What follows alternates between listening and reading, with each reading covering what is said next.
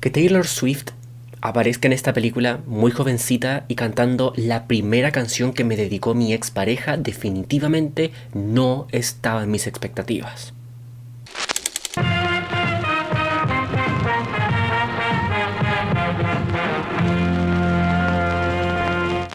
Bienvenidos seres humanos que tuvieron la genial idea de hacer clic en este video, bienvenidos al canal Pancho en 70 mm en esta oportunidad para hablar en el contexto del aniversario número 20 de la serie Hannah Montana, precisamente de Hannah Montana The Movie, dirigida por Peter Chelson y protagonizada por supuesto por Miley Cyrus. Como acabo de mencionar, la razón principal de por qué estoy haciendo este video es por el aniversario número 20 de la serie Hannah Montana. Literalmente hace unos días atrás estrenaron un especial que me pareció bastante ameno, bien intencionado, aunque tal vez con el potencial de ser más emocionante, y en él enseñaban imágenes de la película de Hannah Montana y dije, ¿por qué no le echo un vistazo de nuevo después de muchos años y les cuento en este video qué tal ha envejecido como película? Dicho eso, lo primero que me gustaría destacar de esta película es que en cierta medida mantiene el encanto de la serie. No sé si esto es consecuencia de que evidentemente yo no he visto Hannah Montana en muchos años, ni siquiera la película por supuesto, pero al menos entrando en ella, durante los primeros minutos yo volví a sentir esa atmósfera, ese estilo, esa buena intención de la propia serie. Evidentemente estamos hablando de una película que se siente cinematográfica, evidentemente tiene su propia historia, no estamos dentro de los parámetros o los cánones de una sitcom como lo es Hannah Montana, pero igualmente funciona. Los personajes mantienen su personalidad, las locuras siguen siendo simpaticonas y así sucesivamente. Todo esto mientras la película funge como un sólido divertimento familiar de la Disney de los 2000.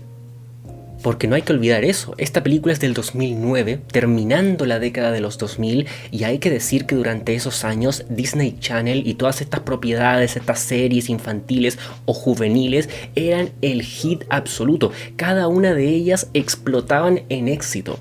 Entonces, ver esta película me hizo añorar por esos años nuevamente, me hizo recordar con nostalgia lo que era Disney a principios de siglo. Y todo esto además está tomado de la mano con el hecho de que la historia cohesiona muy bien sus géneros. No todos ellos funcionan al 100%, de eso ya vamos a hablar, pero en general lo que es la comedia, el drama, el romance y la música se ven bastante bien en pantalla. Todo lo que involucran termina funcionando.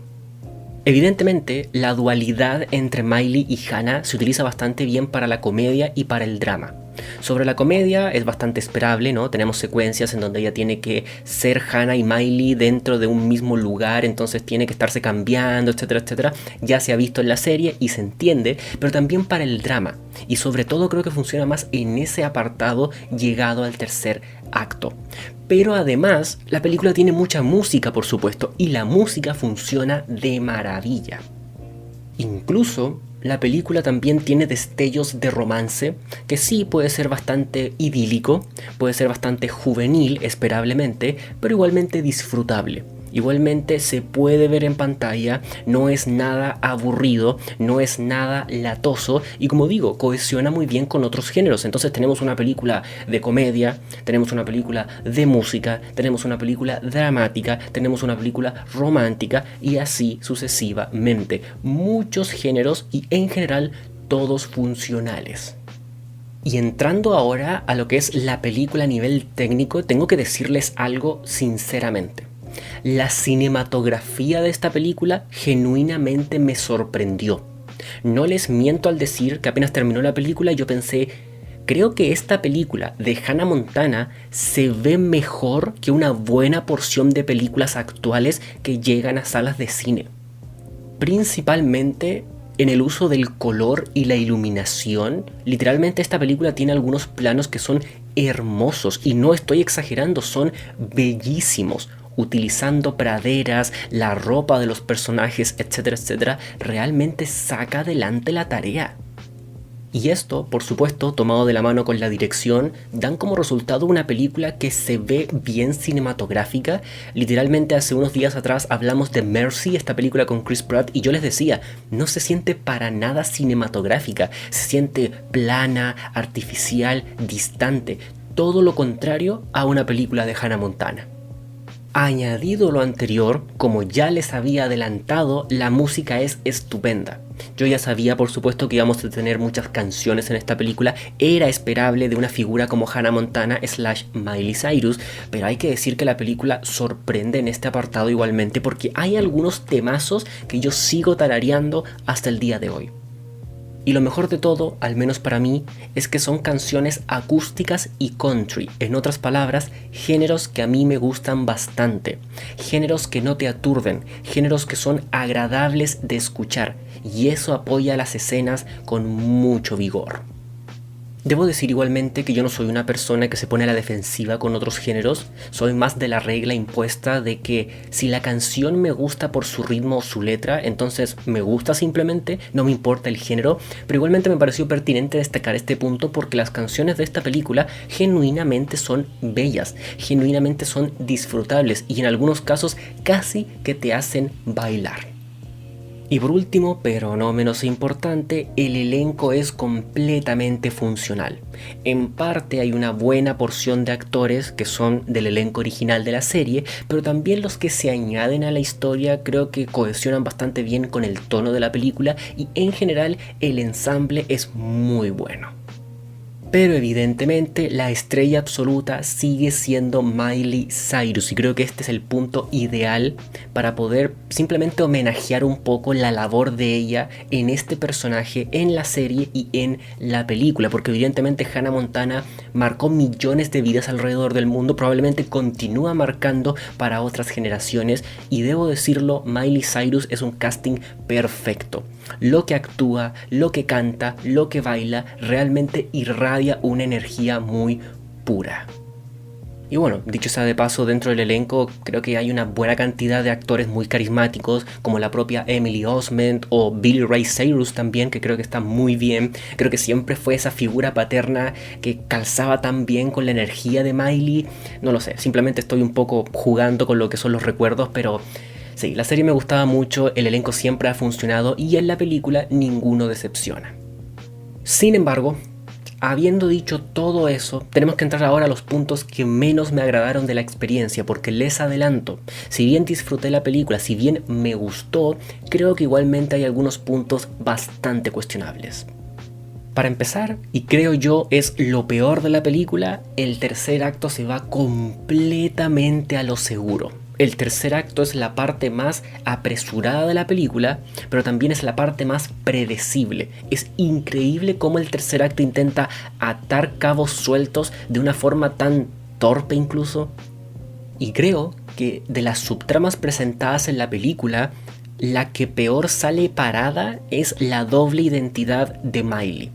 Porque es algo que la persigue, porque es algo que evidentemente provocaba drama y la forma en cómo está solucionado eso en el tercer acto se sintió como que realmente el problema no llevó a ningún lado, como que toda esa preocupación realmente no se tendría que haber sentido si hubiese confiado en ciertas personas incluso.